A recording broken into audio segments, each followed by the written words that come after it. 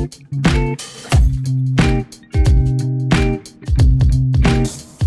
everyone, this is Alejandra.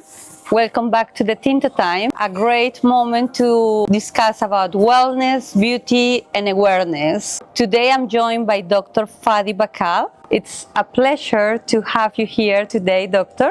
It's my pleasure, thank you. Thank you so much. Your title is a bit long, so I rather that you introduce yourself actually. Yeah, well, it's a very long-lasting title, I know, but I'm triple board certified consultant, plastic reconstruction and aesthetic surgeon. You see, that's what I meant. But if you want the easier, just a plastic surgeon.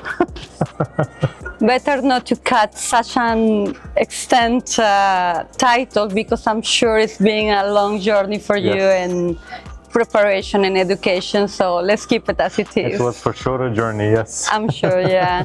So Doctor, thank you so much for coming and joining us. The idea of this Tinto Time will be to provide information, awareness to patients that are considering the option to go under plastic surgeries. Tinto Time, just a reminder, is a moment that Colombiana wants to spend to provide information, education about the industry of plastic surgeries and also awareness. The idea of Tinto Time is not to promote any business or professionals. We are here discussing and providing information to our followers. So, Dr. Fadi, again, thank you so much, and I would like to start asking you if you can please share with us a bit of your background, if you please tell us. That's a little bit private, no, Yeah. I'm going to share it. So I studied, I fully Western trained back in Europe, Belgium, Holland, the Netherlands and Austria, where I gained my full medical school, medical license, and then after that the specialization in plastic surgery. And after being a consultant plastic surgeon, I went extra training in fellowship in aesthetics, to boost my skills and expertise in that. So I'm specialized in face and breast surgeries. In the face, I do the facelift, neck lift, eyelid surgery, Botox fillers, and in the breast, I do everything from reconstruction of the total breast after breast cancer, as well as all the aesthetic breast surgeries like augmentation, reduction and lifting, or the mommy makeovers, with the tummy tuck and the liposuction. Right. So this is a little bit of background. Of the background. Well, actually, to be a face plastic surgeon or breast, it's a lot of details, no? It's an art, definitely. So, I mean, any plastic surgery, but especially those areas are very delicate. Yes. So what made you to decide to do this kind of work? You mean the work in general, the plastic surgery, or the specialization in face and breast surgeries? I will say the specialization in face and breast surgery. Oh, yeah, very interesting. Yeah. No, well, the face and breast has actually, like you said, it's very detailed, it's very artistic, let's say. Why? Because I do believe in proportions, and what suits you may not suit your friend or your sister or your mother or whatsoever, So everybody is unique, and this is what makes us our own identity, the face. But also for female patients, breast surgeries is also part of their self-confidence, self-image. As a woman, as being a woman. And that's very amazing to achieve this goal and together with my patient. So how does impact the standard of care you provide to your patients and what results they can expect? That's a very good question to ask, Alejandra, because it's the awareness of realistic expectations prior to the surgery itself.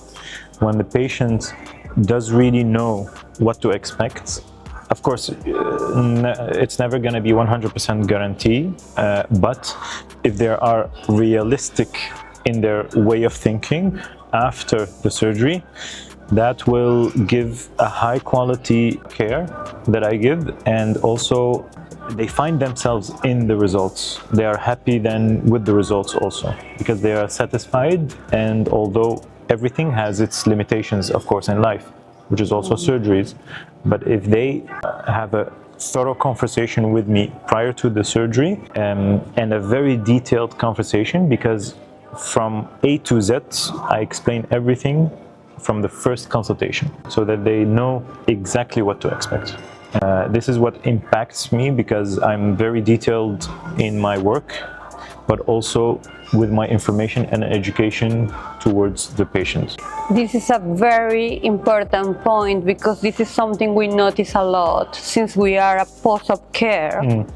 We receive a lot of feedback about it, that there is no such a complete information in the industry. So it's very important that you are aware of providing and giving such an information to the patients, because of course a plastic surgery is something that is important in our life, right? It's a one-time thing, or maybe more, that will change somehow our lifestyle. And to go having all the information, all the realistic part of the process, which there is a better days than others, of course, is very important to the patients. This is something that I totally agree with you, and we as a post-op care providers, we make sure also to do the same, that we go hands-on with our patients in the journey and explaining them from beginning what is going to happen. Exactly. So they know what to expect and what not. Yeah. Even sometimes they don't want to hear, there will be some days that are better than the others, but it's the truth. So it's better they go with the real situation. I totally agree with that. Yeah. So when it comes to surgeries, plastic surgeries, especially on those areas like face and breast, what are the most important factors to have a harmonious and natural look? I always use the example to my patients of when you plant a seed in Mother Earth, next day it's not gonna be a palm tree, which means it's a process, it's a journey after the surgery. The surgery is only 50% of the results, but the other 50% you have to focus on your recovery or your aftercare. And what makes it so delicate is the proportions. When you, as a plastic surgeon, during surgeries, you already did your analysis before surgery, during the consultation, and during surgery, you gonna maintain these proportions in the face and in the breast that fits that body of that patient specifically. And if you know you have your different techniques of performing these surgeries, you will achieve also almost always these results, because it's harmonious, proportional, and suitable only for your body, only for their body, and so on. Once again, yeah, face and breast is challenging sometimes, but still you have to have these aesthetic eye for it, you know? I would say artistic eye. Yeah. So what happens when you have a patient that she doesn't want natural results? She wants to look a bit more Visible. obviously. What happened there? Because it's gonna be like kind of against of your principles as a medic, as a doctor, right? So yes, but also it's gonna be against the risks of complications, because we always forget, actually there's always a risk for complications. When you do too much of something in life, you'll risk having issues, right? It is the same with plastic surgery. If you do too much, and sometimes less is more, in art as well, less is more. So what I try to educate and give the awareness to my patients, even though, for instance, female patients that ask very large size silicone implants, I would disagree with that. I will explain why, because there are a lot of limitations, and on the long term, the result is not going to be satisfying. So maybe on the short term, yes, in the first year, maybe, but then the problems will rise, and then you will do you will have to do 1 surgery, 2 surgeries, 3 surgeries to correct. And that's too bad to do it. So from the beginning, I also like to have realistic expectations, but also long-lasting results. You know, that's very important, because how many times you want to have surgery, right? For the same thing.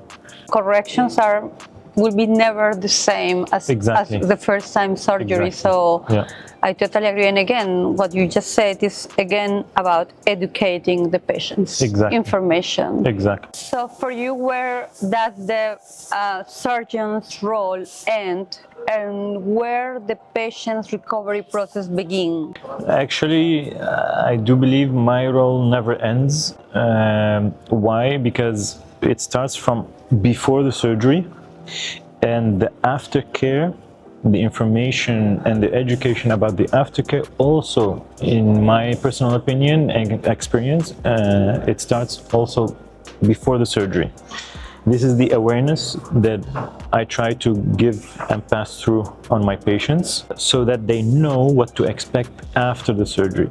And like I just mentioned the example of the seeds and the palm tree, most of patients, they don't have patience. So patients need to have patience. Yeah, paciencia. Entonces, they want the result yesterday instead of tomorrow, but you cannot have that. Mother Nature needs time to heal, time to recover. Your body reacts to that.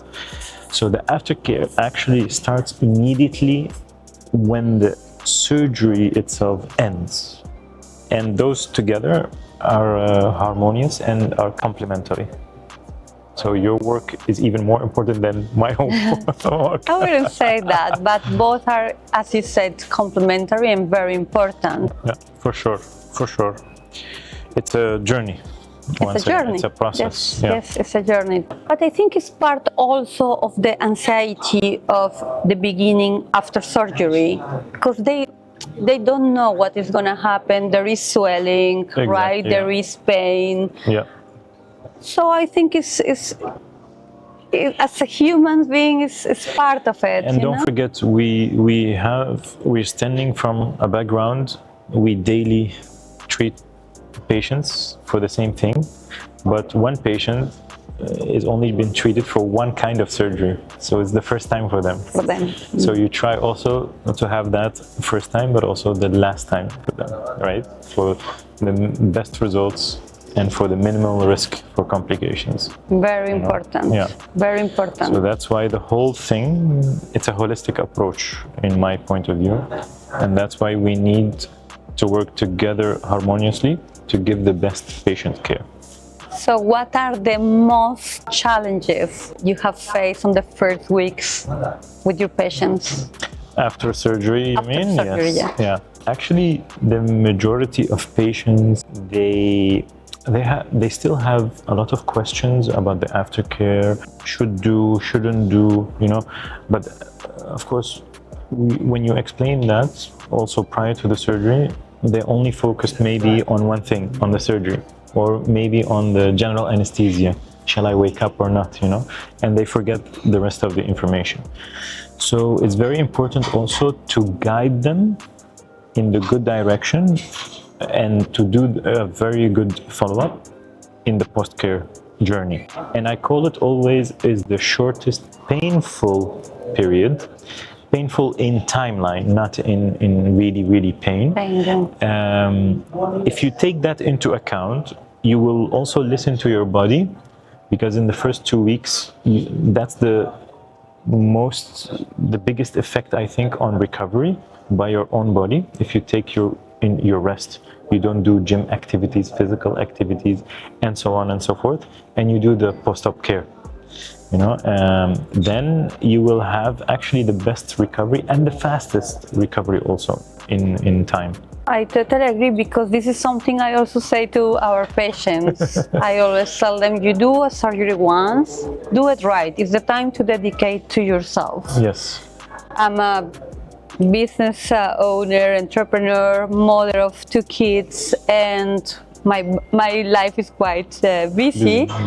When I decided to go to my surgery, I stopped for 1 month everything, was the time for me to recover. Exactly. And I love it because I really value my process. Yeah. So Because you saw the results, you invested in time and to listen to Yeah. your body, you know. exactly, And that's very good. Exactly, to listen to our body, to recover, because rest is recovery. Yes. And of course to follow the right protocols in the post-op care, but yeah, definitely it's a time for yourself, and we should give it to us. Yeah. And you will see also, I get a lot of feedback from my patients, like, oh yeah, you were right, I should have taken 1 week or 2 weeks, you know, off, because then I saw my recovery went up like this, you know. The result also, they saw the result also faster than when they don't respect this timeline, and the recovery will be suboptimal, and it will, you know, takes months to recover after that. Correct. So yeah. Yeah, that's why, for example, in Colombia, as you know, in Colombia we have our post-op care protocols since decades ago. For us, 24 hours after we start our post-op care, because that will ensure that the recovery will be faster. Exactly, yeah. The soonest you start, the best. Yeah. And maybe we can add that a lot of patients, they think downtime means lying down in bed 24/7, but that's totally not true.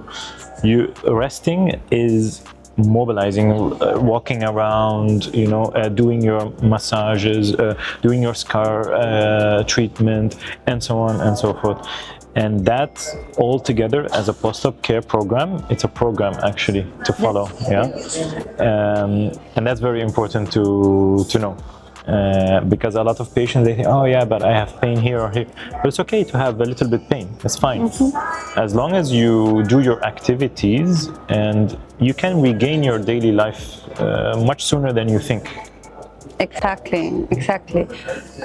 We have a lot of requests from patients for home services, and I always tell them, you will thank me for this advice, but it's best that you go out of your house, your bed, even if it's a small walk, but it will help you, the mobilization will help you with the recovery.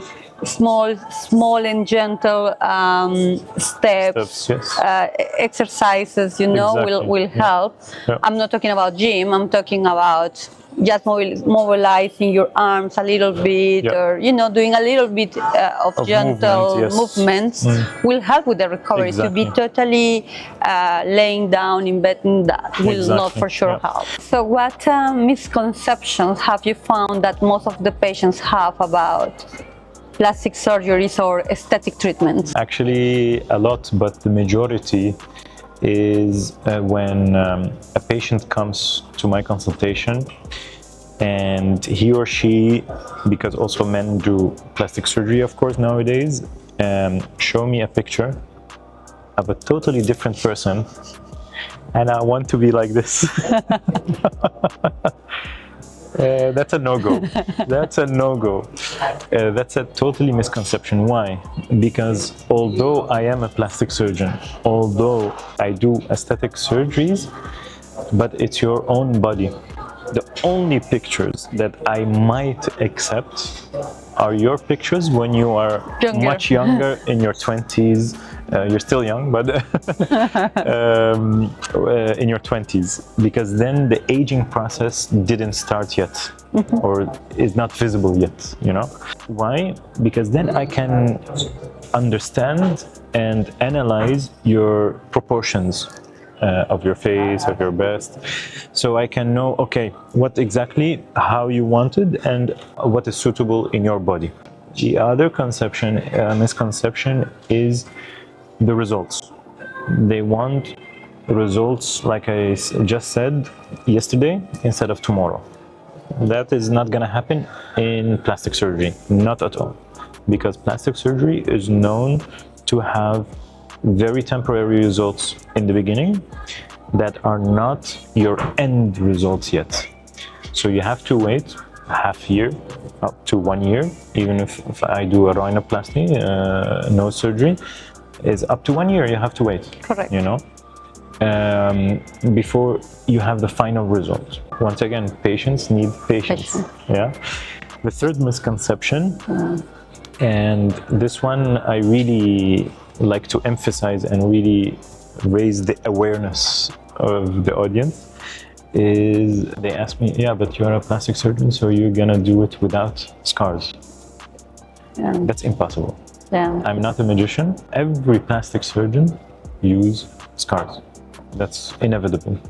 Correct. But we use the scars, we put scars in certain way, in special techniques, where it heals as the best, where it is hidden, yes. And maybe you're gonna ask me, I don't know, later on about social media, but this is also another misconception. I agree on that. These are the main misconceptions. Yeah, there is a lot, I will say, but the ones you mentioned are the most common. I think a misconception is to look for perfection. I mean, we are perfect already in our natural body and how God brought us to life, right? Yes. We can, and I totally agree with plastic surgeries. I did my own to help, to improve when we are aging. Yes. Things change when we have kids. What is very important in the scar, what kind of scar your body makes, or my body makes, or everyone else's body makes, is 15 to 20% based on what kind of genes you have. So genetically, you already are programmed to have these certain types of scars. And that's not only that, it's also the darker your skin color, the worse scars you can develop. Third thing also, it depends on where in the body the scar is. For instance, in the face, those are the best scars. But for instance, for the chest or the neck area, that's a little bit cautious for hypertrophic scars or keloid scars, you know, or where the joints are, you know, because there's a lot of movement. Exactly. So these are a lot of things. It's multifactorial. This is what I try also to educate my patients in what kind of scars your body probably will develop to. And if you do also your homework after surgery in the post-op care program, that will influence in a significant way, in a positive way, your scar results at the end. I'm very curious to ask you, what is the biggest strength in plastic surgeries? What are the patients looking for mostly nowadays? That's a very well-known question. You're not the only one that is curious in this. Also my patients actually. But the biggest trend now of the last, let's say last year and this year especially, and also what we see on social media, is they want natural results. What does that mean, natural results? It means like you've done something, and of course the face is the most visible one in social activities. So, and even in social activities when the cleavage is also visible, is they want natural results because they want to see, Alejandra, the last time that we saw each other, there is something in your face that has changed in positive way, but we cannot say what it is. What was it? Okay. This is my approach. This is how I try to achieve these kind of results. So when I do injectables, Botox fillers, or even when I do facelift or neck lift or eyelid surgery, I like to have that patients, okay, in the temporary recovery period, they've gone through, it's visible, yes, but after that, after a half year, if you don't know that this someone did surgery, then it's a good result. It's a good result. For sure. Because this is what maintains the identity of that person. And I only enhance. Even in breast surgery, they don't want to go bigger. When they ask for augmentation, they want to even downsize the size of the implants. Even the ones that already had previously surgery with too big size of implants, they are asking now or to remove them and to do lifting, or to reduce the size and combine it, for instance, with fat grafting. You know, it's very nice hybrid technique that I really love to do. Yeah. So yeah, these are the biggest trends. These are the biggest trends now. happy to hear that.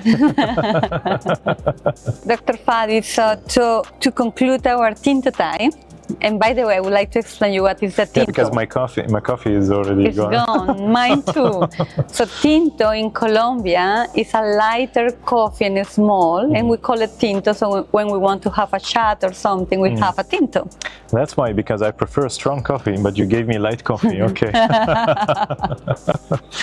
So to conclude, if you have a friend or a relative, what advice that considering to do a plastic surgery, what advice would you give in case they want to do breast surgery or face surgery? My only advice starts, choose your own board certified plastic surgeon and go to a consultation. And when you have a very comfortable feeling and trust in this doctor that is sitting in front of you, then you can go ahead. But if you don't have this comfort, and I think you can agree with this, why board certified? Because this certification means that you did the full training of plastic surgery, but not only that, you have the skills and the experience and millions of exams that you have to do to pass this high-level certification. And nowadays, it's a very high competitive market, yes, but you need to trust your plastic surgeon. Yeah, and to ensure the safety of the patient. And it's not only, don't focus only on the surgery, focus also on the aftercare. That's very important. Thank you for that. Very important. So one more time, thank you so much for sharing with us such a great information. I think it's extremely important for us that our patients receive awareness, information, education is part of what Colombiana is. And it was a great pleasure to be with you, fun, and I learned a lot today as well. So thank you so much, Doctor. Thank you for the invitation and being here, and for the good questions. Although it's light coffee, but still. Sorry for that. Sí. Gracias, doctor. Muchas gracias.